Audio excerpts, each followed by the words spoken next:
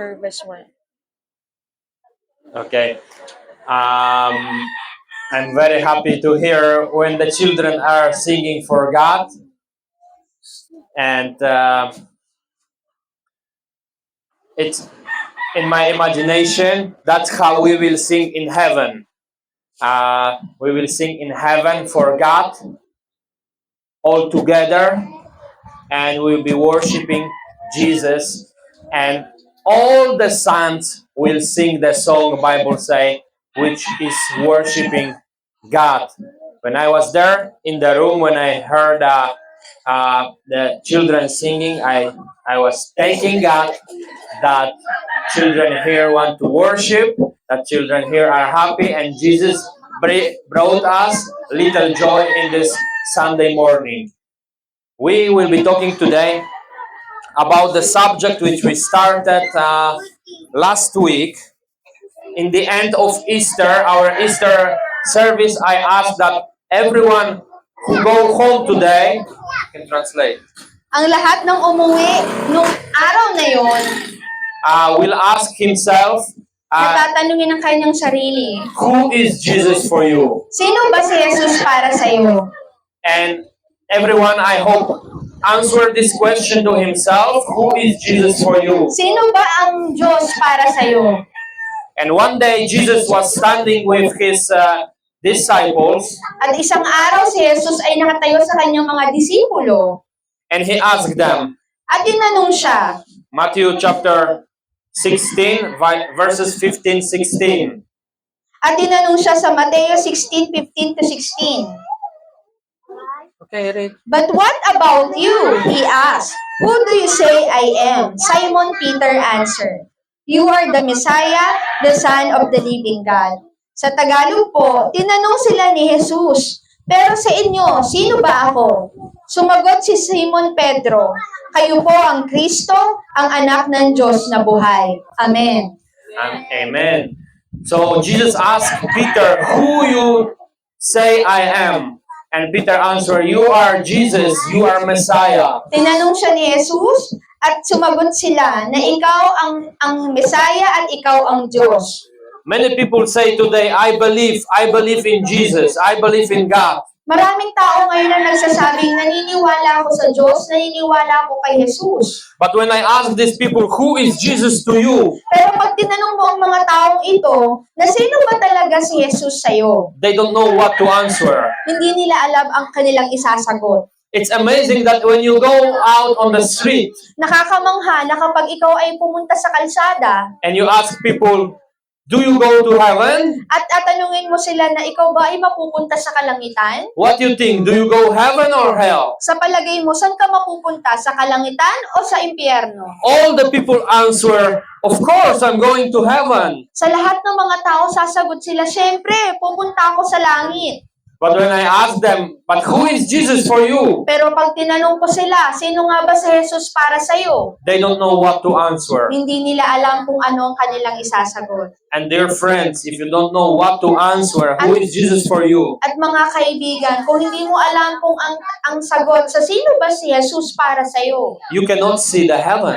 hindi mo makikita ang kalangitan. Because only the person who have revelation of Jesus in his life Tangi ang tao lang kung sino man may pahayag, kung sino ba si Jesus sa kanyang buhay. can go to heaven. Siya lang ang maaaring makapunta sa kalangitan. Without Jesus, you cannot enter the heaven. Kung wala si Jesus, hindi ka makakapasok sa kalangitan. It's not possible. Hindi ito posible. Because there is only one name under the heaven Dahil meron lang isang pangalan sa ilalim ng langit by which you can be saved. na kung saan maaari kang maligtas. And this is name of Jesus At Christ. ito nga ang pangalan ni Jesucristo. Another question when I ask people Isa pang tanong na kapag tinanong ang mga tao, is, do you believe that Jesus is God? naniniwala ka ba na si Jesus ay Diyos din? And many people don't know, At maraming tao hindi nito alam. or they don't know what to answer. Hindi rin nila alam kung anong kanilang isasagot. But the revelation of the Bible telling us that Jesus is God. Pero ang pahayag mula sa Biblia ay nagsasabing si Jesus ay Diyos din. Sadly, many places today are teaching Nakakalungkot dahil maraming lugar ngayon ang nagtuturo that Jesus is not God. na si Jesus ay hindi Diyos. Big denominations, Malaking denominasyon, like for example, Jehovah Witness, halimbawa kagaya ng Jehovah, they teach that Jesus is not God. tinuturo nila na si Jesus ay hindi Diyos. Without believing that Jesus is God, Walang pananampalataya na si Jesus ay Diyos din. I'm afraid you cannot enter the kingdom of heaven. Nakakatakot dahil hindi makakapasok sa kalangitan. Because Holy Spirit should encourage you Dahil ang banal na Espiritu Santo ang manghihikayat sa iyo that Jesus is God. na si Jesus ay Diyos din. He is the God and human. Siya ang Diyos at nagkatawang tao. We believe in Holy Trinity, God Father, Naniniwala tayo sa tatlong persona. Holy Spirit, Siya ang Diyos, And banal na Son. Espiritu Santo, at siya din ang anak. that 3 in 1 is one God. Mula sa tatlo hanggang sa isa ay nag-iisang Diyos. We don't believe in 3 gods. Hindi tayo naniniwala ng tatlong Diyos. We believe in one God, Naniniwala tayo sa iisang Diyos but in 3 persons. na may tatlong persona. Like for example, if you look in my hand like this, Halimbawa, kung titingnan mo ang aking kamay, you see one hand, yeah? makikita mo isang kamay lang, di ba? But there are 3 fingers. Pero meron itong tatlong daliri. This is one hand, Ito ay iisang kamay can do one thing at one time, na maaaring gumawa ng mga bagay sa isang pagkakataon. but this is Father, Son, and Holy Spirit. Pero tandaan na ito ang Diyos, ito ang Anak, at ang ito rin ang banal na Espiritu. Working as a one God, Naglalakad bilang isang Diyos, but in 3 different ways. pero ibang-iba ang mga pamamaraan. I believe that every person who has Holy Spirit Naniniwala ako na sa bawat tao na merong banal na Espiritu will understand this holy truth. ay makakaunawa nitong kabanal-banalan na katotohanan. Another truth which we have to believe is that Jesus died on the cross. Isa pang katotohanan na si Jesus ay namatay sa krus. Some churches believe that Jesus died in different way, Maraming simbahan na nagsasabing ito ay namatay sa maraming paraan. but we know that Jesus died on the cross. Pero alam natin na si Jesus ay namatay sa krus. Why did Jesus die on the cross? Bakit nga ba si Jesus ay namatay sa krus?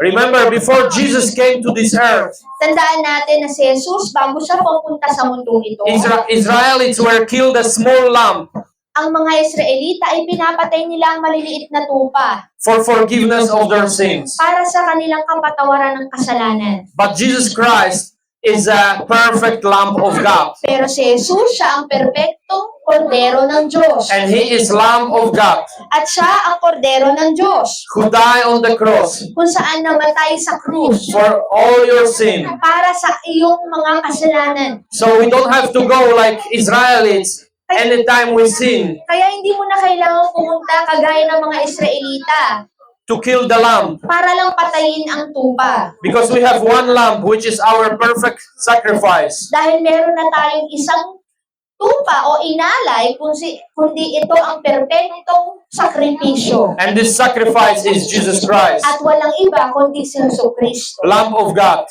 ang kordero ng Diyos.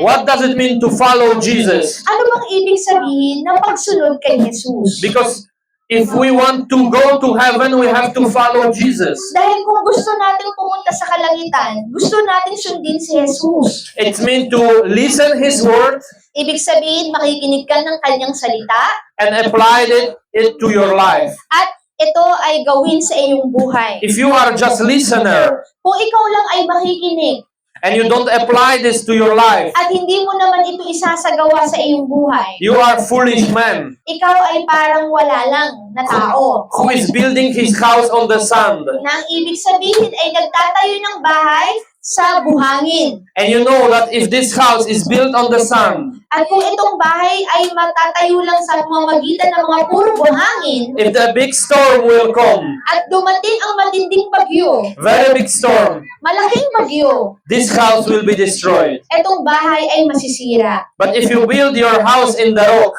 Pero kapag tinayo mo ang bahay sa bato, and the big storm will come, at malaking bagyo ang dumating, and the big flood will come, at malaking baha ang dumating, the house will still stand there. ang tahanan ay mananatili. And we need to build on the rock, which is Jesus Christ. At kagaya din ito, kailangan natin magtayo ng bato kagaya kay Jesus. But if you will be building on the sand, Pero kung tayo ay magtatayo sa buhangin, listening the word of God, makikinig lang ng salita, but never apply this to your life, at hindi naman isasagawa sa iyong buhay, big storm will come, malaking bagyo ang darating, and your house will be destroyed. at ang iyong tahanan ay masisira. You need to have also a relationship with Jesus. Kailangan mo rin ng relasyon kay Jesus. You need to come every day in prayer to Him. Kailangan mong palaging manalangin sa Kanya. You need to tell Him about your problems At sabihin mo sa Kanya ang lahat ng iyong problema. and let Him to guide you in your life. At hayaan mo siya ang gumabay sa iyong buhay. And many people from this world telling me, At maraming taong nagtatanong sa akin, how you can believe in God? paano ka ba naniniwala sa Diyos? It's an old story. Ito ay matagal ng istorya.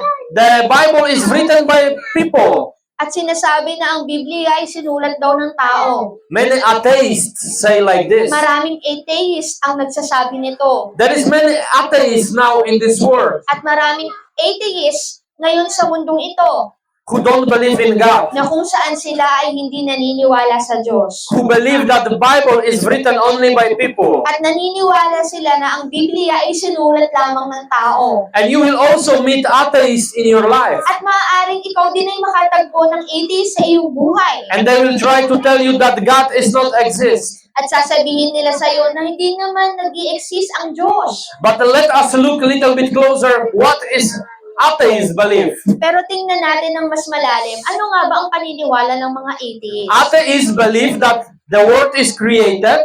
Ang mga atheist ay No, naniniwala lang, sorry. Atheists believe that the world started naniniwala sila na ang salita ay nagsimula with big boom. na may malaking paggalaw, That it was big boom na malaking pagsabog, and the world started.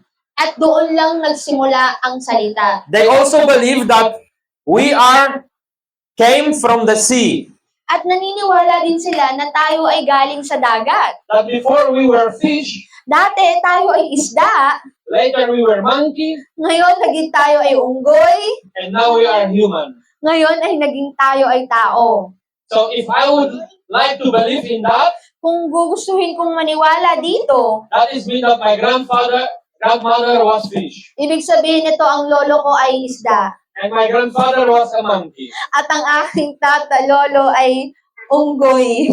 To believe in that, you need to have very strong faith. At para maniwala ka dito ay kailangan mo talagang matinding pananampalataya. My faith is very simple. Ang aking pananampalataya ay simple lang. God created this world in 7 days. Ang Diyos ay nilikha ang mundong ito mula sa 7 araw. And then it was a big flood on the earth, big flood. At nagkaroon ng malaking baha sa mundo. And only Noah survived and his family. At ang tanging si Noah lang ang nakaligtas at ang kanyang pamilya. And you know, if you look around all the earth, there is proof that big flood was on the earth. At ngayon, kung titingnan mo ito sa buong mundo, talagang nagkaroon ng malaking baha dito sa mundo. Nobody knows how Grand Canyon in USA was created. Hindi din nila alam kung paano yung canyon sa USA, kung paano nalikha. But Christian people know. Pero ang mga Kristiyano alam ito. Because it was big flood on the earth. Dahil nagkaroon talaga ng malaking baha sa mundo. And later God sent His Son At pagkatapos nga, ipinadala niya ang kanyang kaisa-isang anak who died on the cross, na namatay sa krus, who died for all of us, namatay para sa ating lahat, so we can have eternal life. kaya nga meron tayo ngayong buhay na walang We hanggan. don't believe that my grandmother was fish. Hindi ako naniniwala na ang aking lola ay isda. And we don't believe that the world is made from big boom. At hindi rin ako naniniwala na ang mundo ay nagsimula lang sa malaking boom. I never see something created from big boom. Hindi ako nakakita ng ganitong nilikha. If it's a big boom, only big boom can destroy something, but never create. At kung meron nga nito, hindi naman talaga ito nangyari at hindi rin ito nalikha. Jesus died on the cross, Si Jesus ay namatay sa krus. and we should be also dead for this world. At kaya nga kailangan din nating mamatay sa ganitong salita. That is mean that everything what our eyes see, Ibig sabihin nito, sa lahat ng nakikita ng ating mata, we should not be that much attracted of that. hindi dapat tayo na-attach o naaakit nito. There is many things which try to attract our eyes, Marami dito sa mundo ang nag-aakit sa ating mga mata. but we should be dead for these things Pero dapat tayong mamatay para dito. and alive for Jesus. At maging buhay para kay Jesus. Because when the person is dead, Dahil kapag ang tao ay namatay, he don't react for anything around his world. hindi siya nag-re-react kung ano man ang meron sa kanya sa mundo. And we should be dead for ourselves, Kaya nga kailangan nating mamatay para sa ating sarili and we should be alive for Christ. at mabuhay naman para kay Kristo. That is following Jesus. Ito ang ibig sabihin ng pagsunod sa Diyos.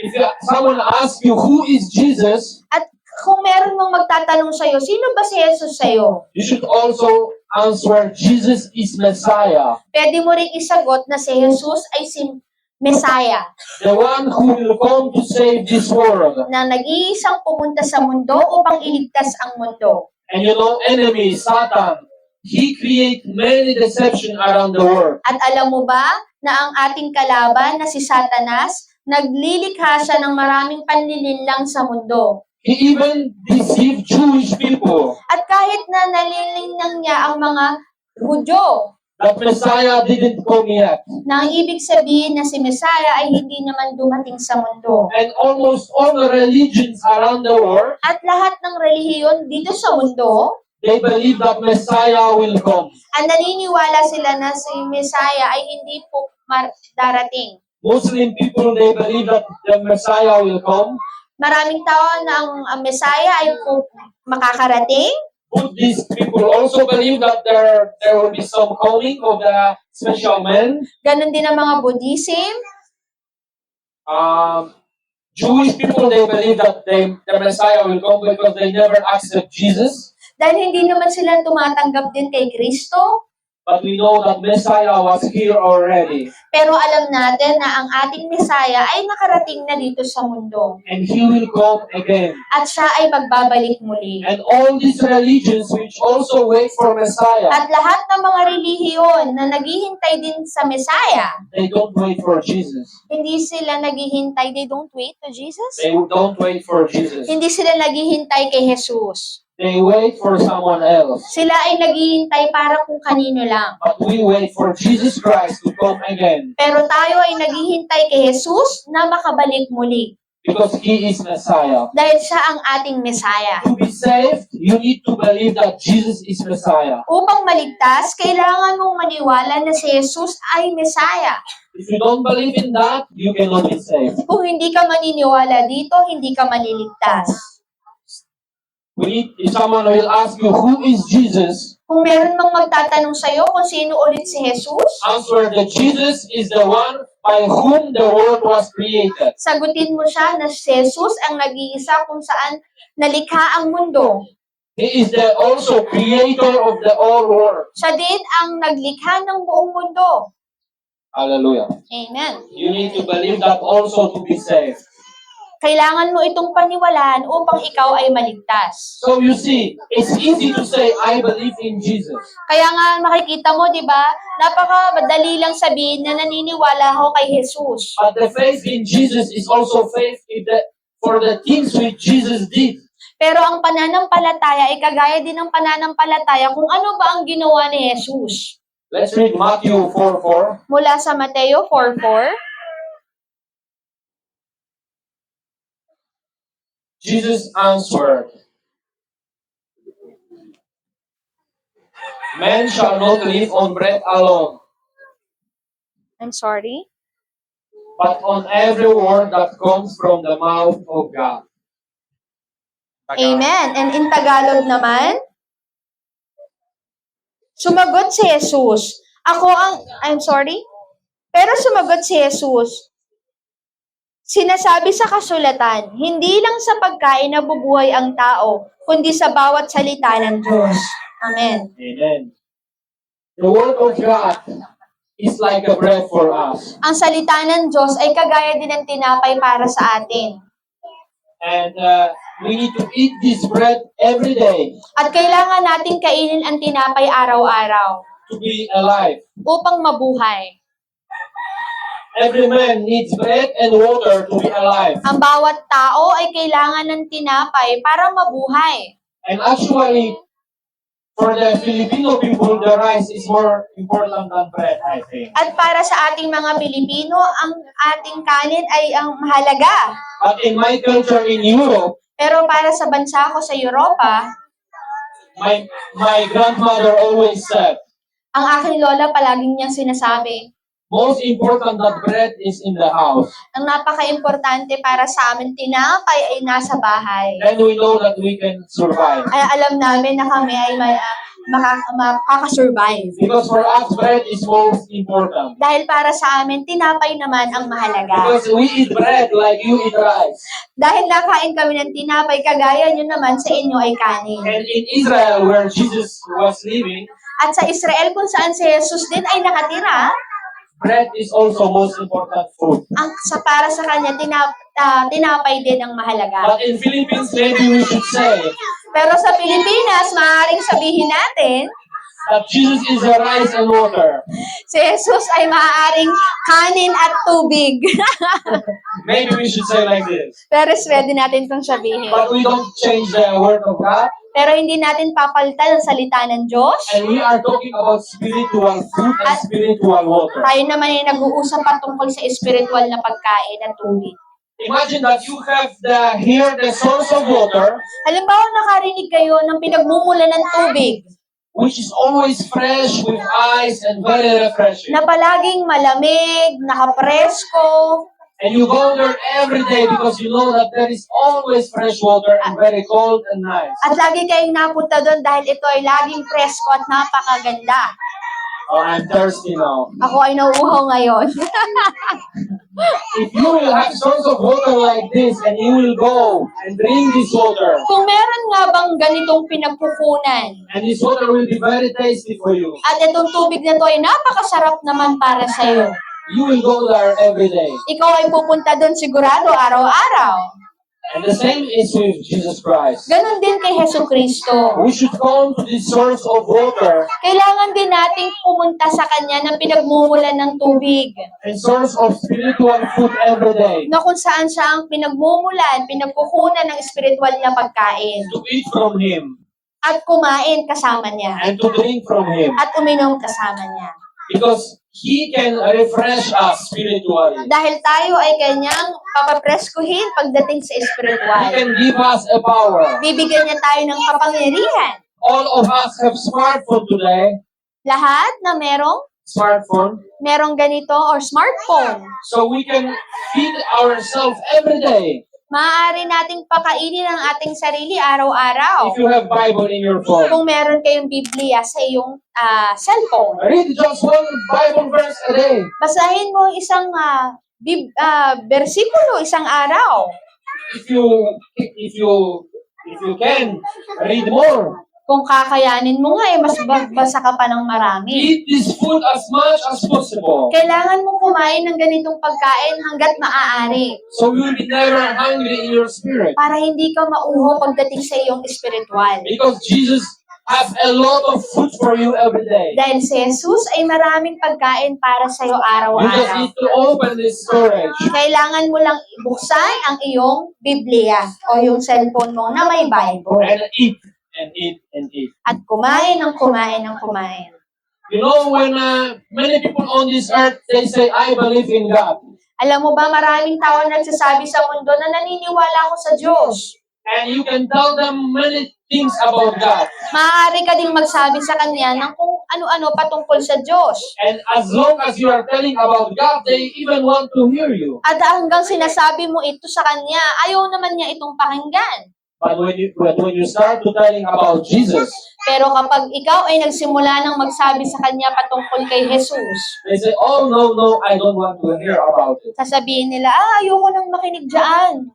I am evangelist. I preach the gospel many places." Ako naman ay ebanghelista at nagtuturo din ng salita ng Diyos sa lahat ng lugar. And believe me, when people hear the name of Jesus, At maniwala kayo, kapag ang mga tao ay nakarinig ng pangalan ni Jesus, many people don't want to hear that. maraming tao ayaw makinig nito. Many people, I think that Jesus' name Naniniwala ako na ang pangalan ni Jesus, is the most hated name in the earth. ang pinakapangalan na ayaw ng mga tao. Of course, this name is loved by the Christians and believers. Siyempre, para sa ating namang mga mananampalataya, ito ay mahal. But look for unbelievers. Pero tingnan mo yung mga hindi mananampalataya. The people who say, "I don't believe in Jesus." Ang mga taong nagsasabi, hindi ako naniniwala kay Jesus. When something happened to them, like something hit them or something happened to them, Kapag merong nangyari sa kanya, they say, "Oh, Jesus. at sasabihin nila, oh, naku, Jesus.